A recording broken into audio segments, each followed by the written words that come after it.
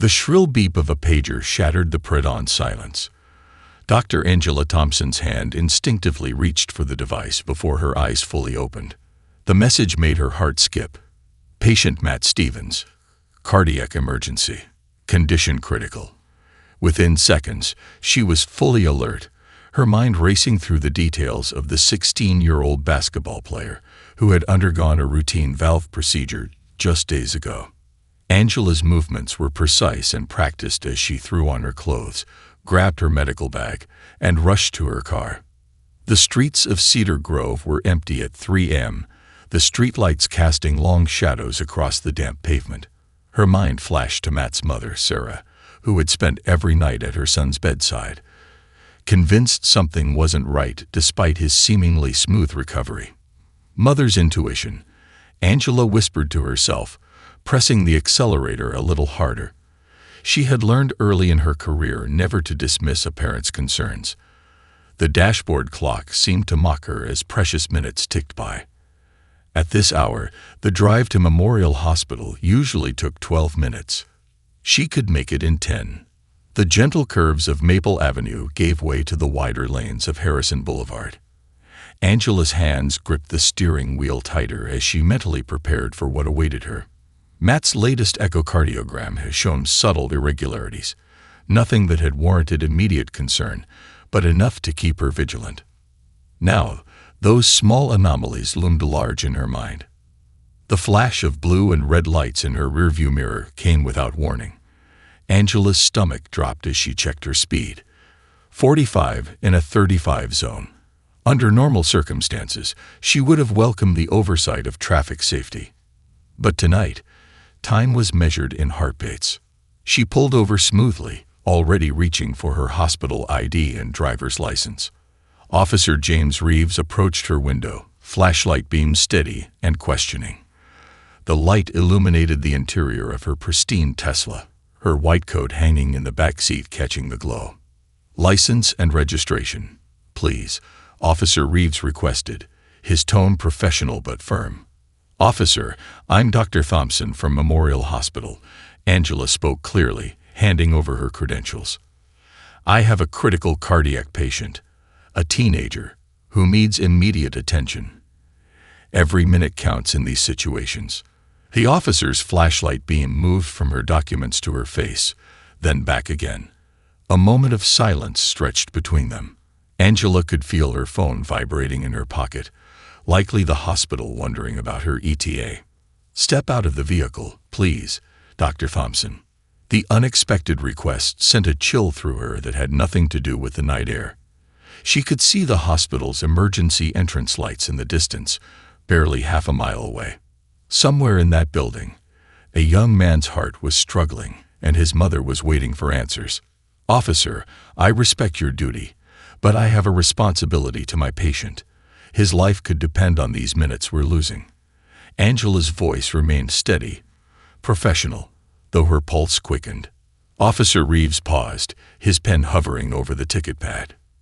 In the distance, an ambulance siren wailed, its urgency echoing Angela's own. The moment stretched, weighted with unspoken words and mounting pressure. Finally, he spoke. "I'm going to issue you a citation for speeding, Dr. Thompson. You can contest it in court if you wish." His words were measured, each syllable precise.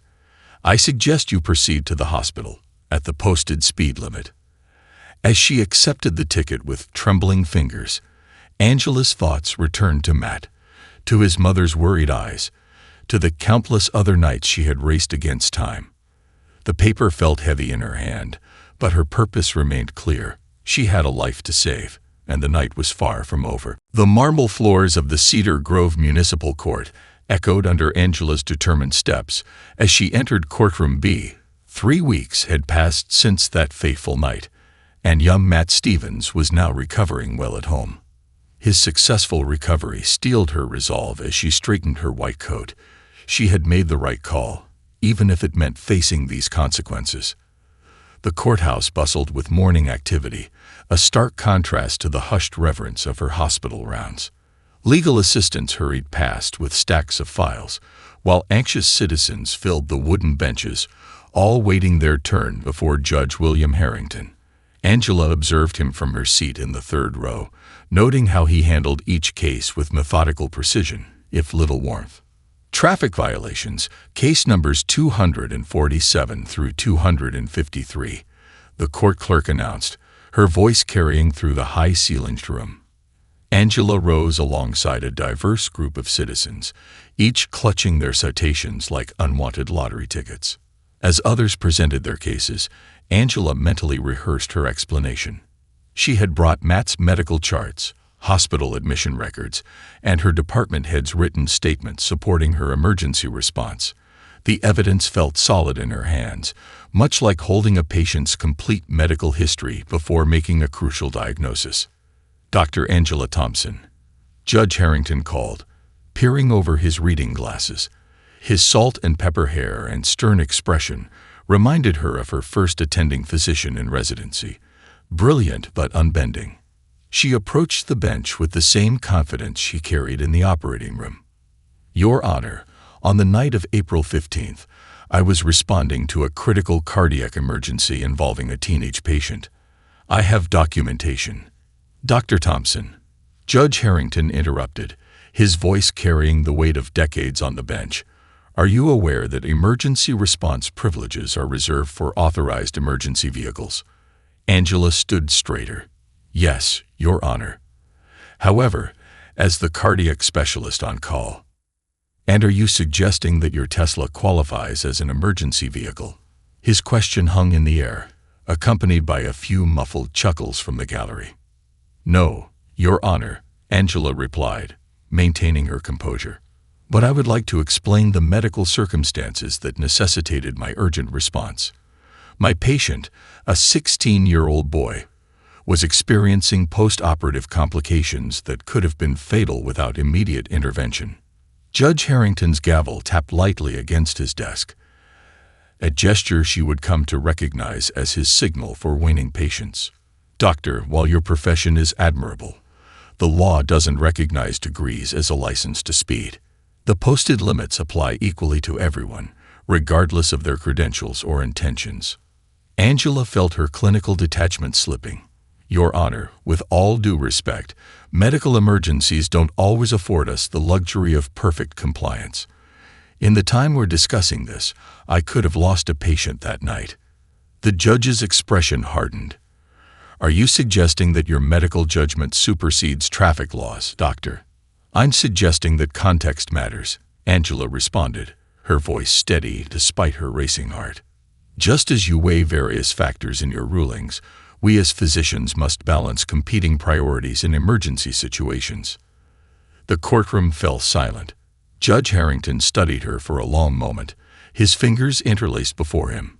She could read nothing in his expression, but she felt the weight of every eye in the room. The court appreciates your service to the community, Dr. Thompson. He finally spoke, his tone measured. However, the law must be applied consistently.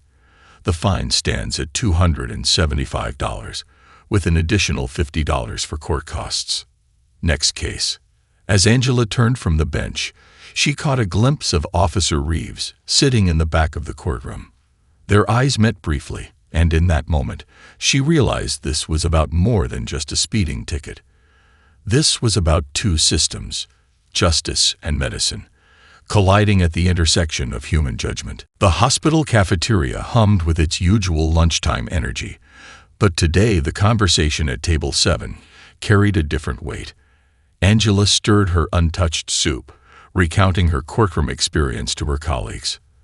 Dr. Sarah Chen, a brilliant neurosurgeon, leaned forward with sudden interest when Angela mentioned Judge Harrington's name. Wait, William Harrington. Sarah set down her fork. I appeared in his court last month. Emergency case 2. Brain aneurysm patient. He didn't even look at my surgical logs showing the mortality rates for delayed treatment. Dr. James Rodriguez, finishing his residency in trauma surgery, joined them with his coffee. The same thing happened to my colleague in the ER. Judge Harrington, right? She got pulled over rushing to a multi-vehicle accident. Double fine for argumentative behavior when she tried to explain triage protocols. Angela's spoon clattered against her bowl. How many of us have dealt with this? She pulled out her tablet, opening a fresh spreadsheet. Her research training kicked in. If there was a pattern, data would reveal it. Dr. Okafor. She called out to the passing pediatric surgeon. Michael, got a minute? As he joined their table, Angela noticed how their impromptu gathering had grown into something resembling their weekly M&M conferences, medical professionals analyzing unexpected outcomes. Michael's usually cheerful face grew serious as he listened. 3 times in the past year, he contributed. All emergency calls, all in that same jurisdiction. The last time, I was heading to a children's ward crisis. Angela's fingers flew across her tablet, creating columns. Date, time, nature of emergency, response time impact, judicial outcome. Each colleague's experience added another row of data, another piece of the puzzle. Look at this, Sarah pointed to the emerging pattern. The fines aren't consistent.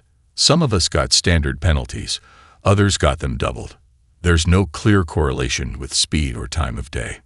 James pulled up the hospital's emergency response logs on his phone.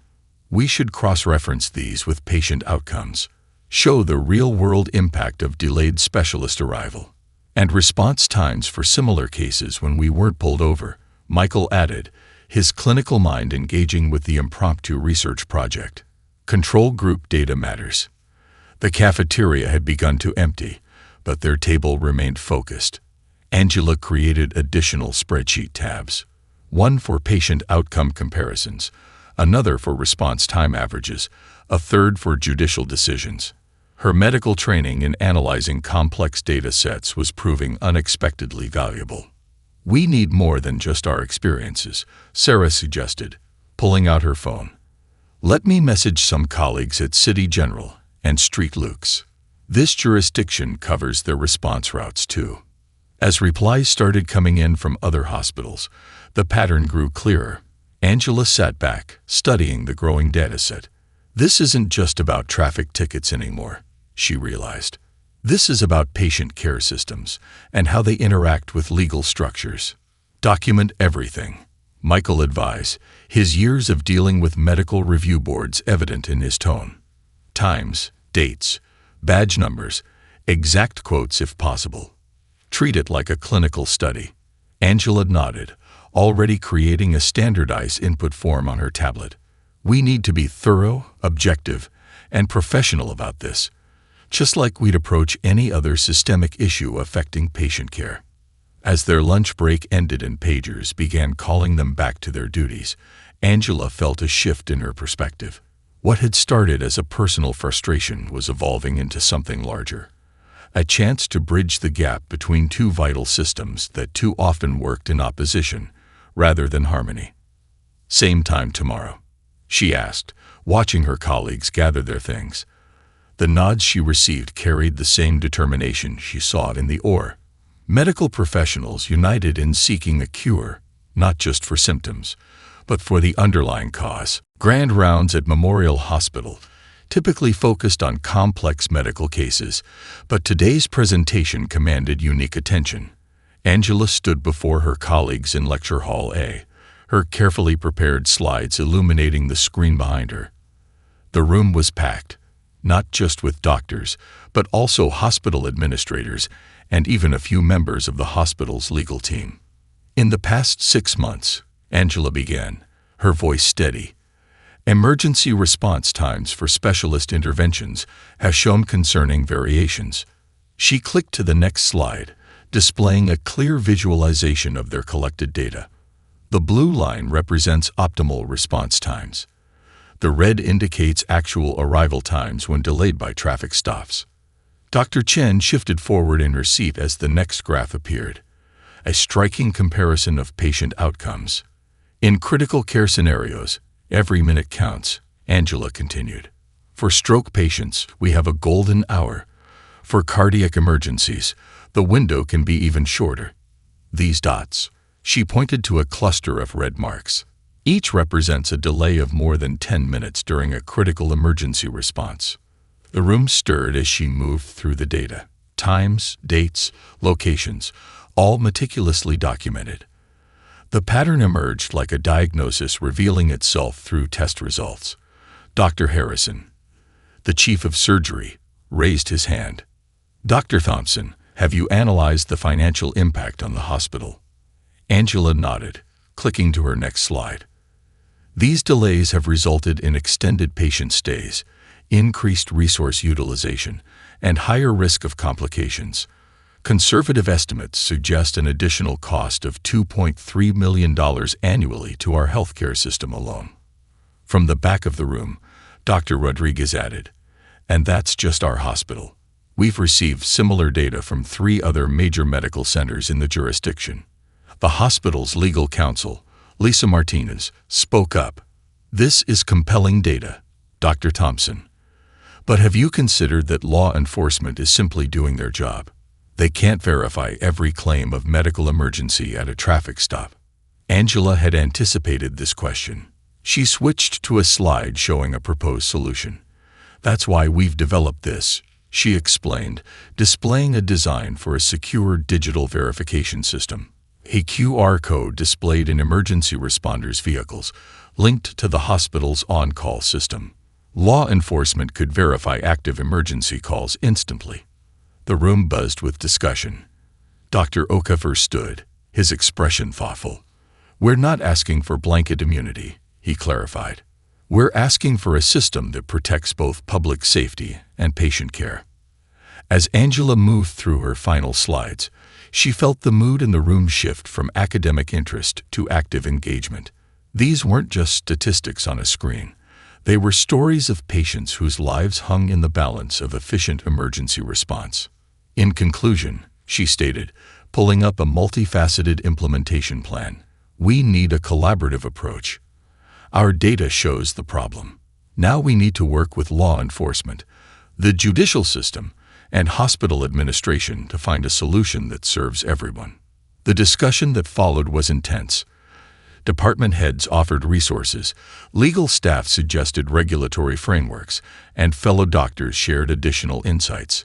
What had started as one doctor's frustration with a traffic ticket had evolved into a hospital-wide initiative for systematic change. As the presentation concluded, Dr. Harrison approached Angela. This isn't just about traffic stops anymore, is it, Dr. Thompson? Angela smiled, gathering her materials. No, sir. It's about building bridges between systems that should work together, not against each other. Every time we're delayed, a patient pays the price. But with this data, she gestured to her slides, still glowing on the screen. We can make a case for change that no one can ignore. The hospital cafeteria was quieter than usual during the late afternoon lull. Angela sat alone, reviewing her presentation notes from earlier, when an elegant older woman approached her table. Mind if I join you? The coffee here was always better than the courthouse brew. The woman smiled warmly, setting down her cup.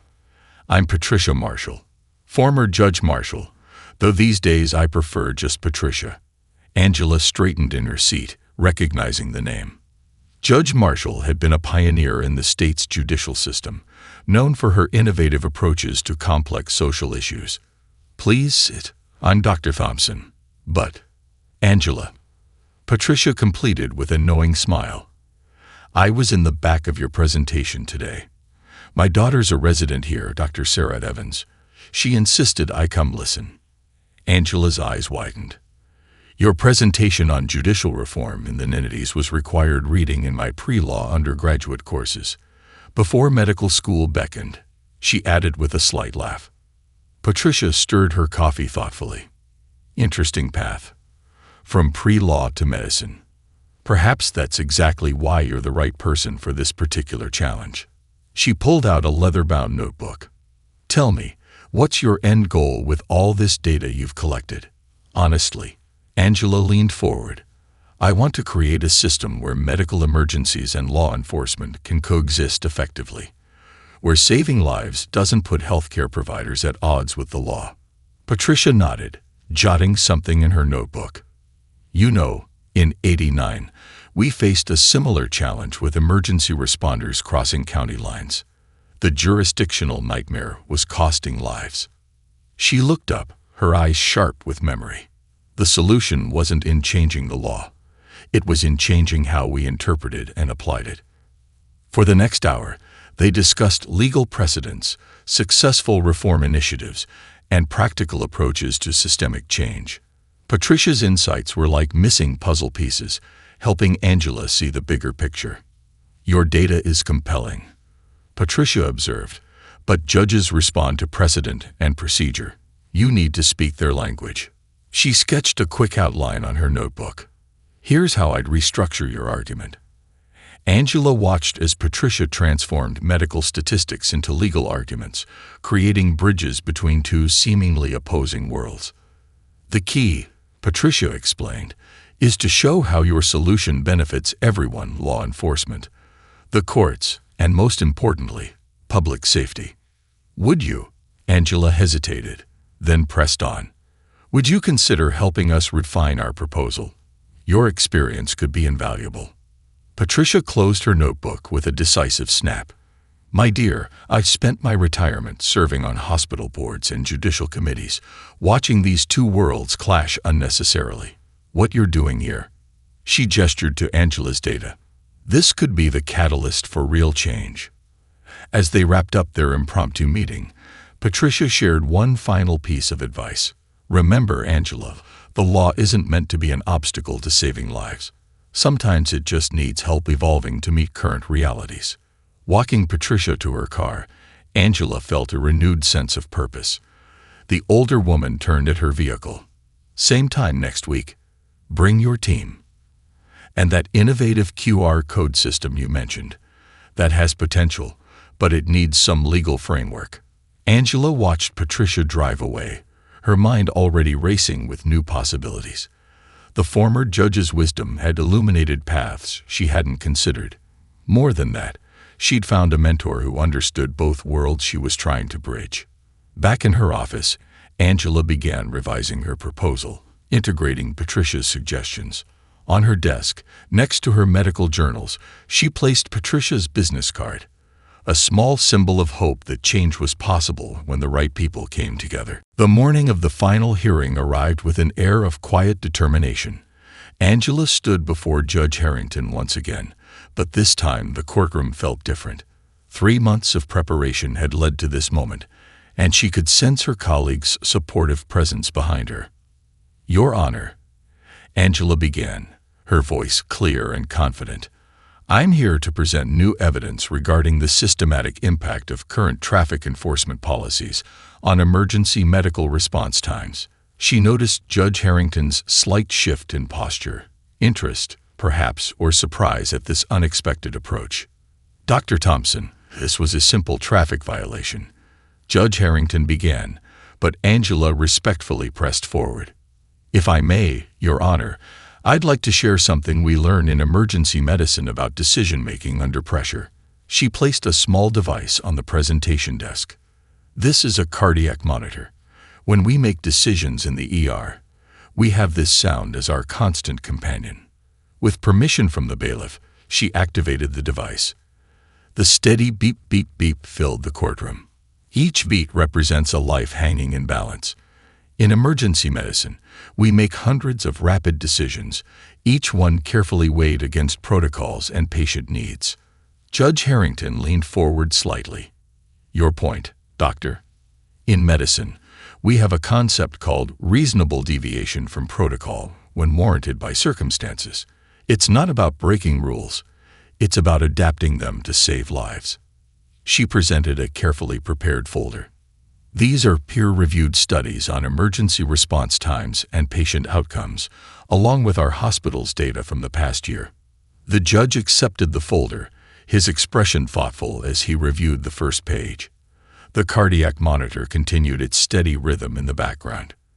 "Every beat represents approximately 1.3 seconds. Angela continued. "In the time I've been speaking, a heart attack victim loses roughly 38,000 heart cells. A stroke patient loses 32,000 neurons. These aren't just statistics, Your Honor. They're the difference between a parent coming home to their children or not." She presented a second document. This is a proposed framework developed in consultation with legal experts, including former Judge Patricia Marshall. It outlines a verifiable system for emergency medical responders that maintains public safety while protecting critical response times. The courtroom remained silent except for the monitor's steady beep. Judge Harrington studied the documents, his reading glasses perched on the edge of his nose. Finally, he looked up. "Dr. Thompson," he began, his tone different from their first encounter, "you've clearly put considerable thought into this matter. But law enforcement cannot simply take everyone's word that they're responding to an emergency." "Agreed, Your Honor," Angela responded, producing one final document. "That's why we've developed this." She outlined the QR code verification system, now refined with input from both medical and legal experts, instant verification of on-call status, and active emergency response, accessible to law enforcement in real time. The judge studied the proposal, then removed his glasses thoughtfully. "In 30 years on this bench, I've never had someone transform a traffic ticket into a proposal for systemic change." He glanced at the cardiac monitor, still keeping its steady rhythm. "Turn that off now, Doctor. I think we all understand your point." As Angela silenced the monitor, Judge Harrington continued, "While this court maintains that the original violation occurred, your approach to addressing the underlying issue is," he paused, choosing his words carefully, "commendable. On ordering a stay on the fine, pending review of your proposed framework by the county legal committee." The gallery stirred with murmurs of surprise. Angela stood steady, maintaining her professional composure despite the surge of hope she felt. This wasn't just about one ticket anymore. It was about creating lasting change. "Thank you, Your Honor," she said simply, gathering her materials. As she turned to leave, she caught a hint of something that might have been approval in Judge Harrington's usually stern expression. In his chambers after the hearing, Judge Harrington did something unprecedented. He invited Dr. Thompson for a conversation.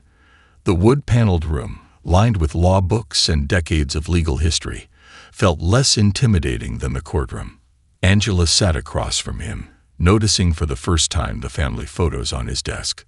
23 years ago, he began, picking up a silver-framed photograph. "My wife was driving home from her night shift as an ER nurse." His fingers traced the frame's edge. "A driver, claiming a medical emergency, ran a red light. She didn't survive the impact." Angela's breath caught. The judge's story cast their previous encounters in a new light. "Your Honor, I had no idea." "Of course not," he said, setting the photo down gently. "Just as I hadn't considered the full complexity of your position.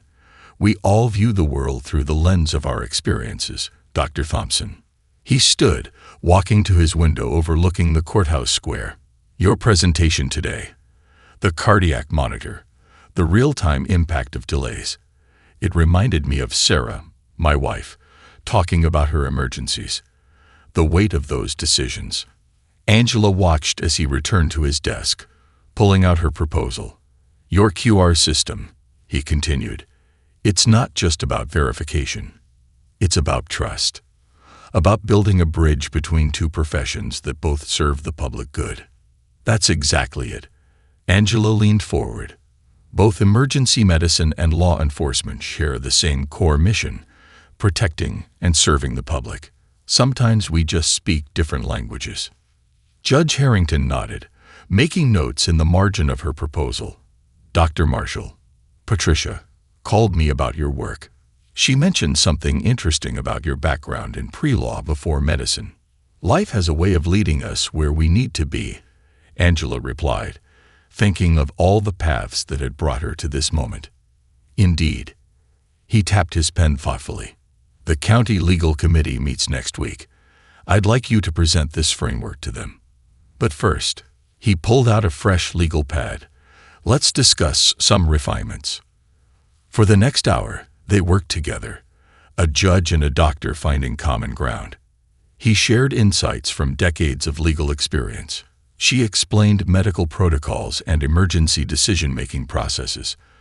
Together, they strengthened the proposal, addressing potential concerns from both sides. "You know," he said as their meeting concluded, "Sarah would have appreciated what you're doing here." She often spoke about the need for better understanding between emergency services and law enforcement. As Angela gathered her materials, she noticed something else on his desk. A new addition. It was a printout of the emergency response time data she presented, marked with careful annotations. "One more thing, Dr. Thompson," he called as she reached the door. "About that young patient you were rushing to treat the night of the ticket. How is he?" "Matt Stevens." Angela smiled. "He's back on the basketball court. His mother sends me game videos." Judge Harrington's expression softened. "Good. That's good." He straightened his robes. "I'll see you at the committee meeting next week. And Dr. Thompson, thank you for helping me remember why both our professions exist, to serve and protect life."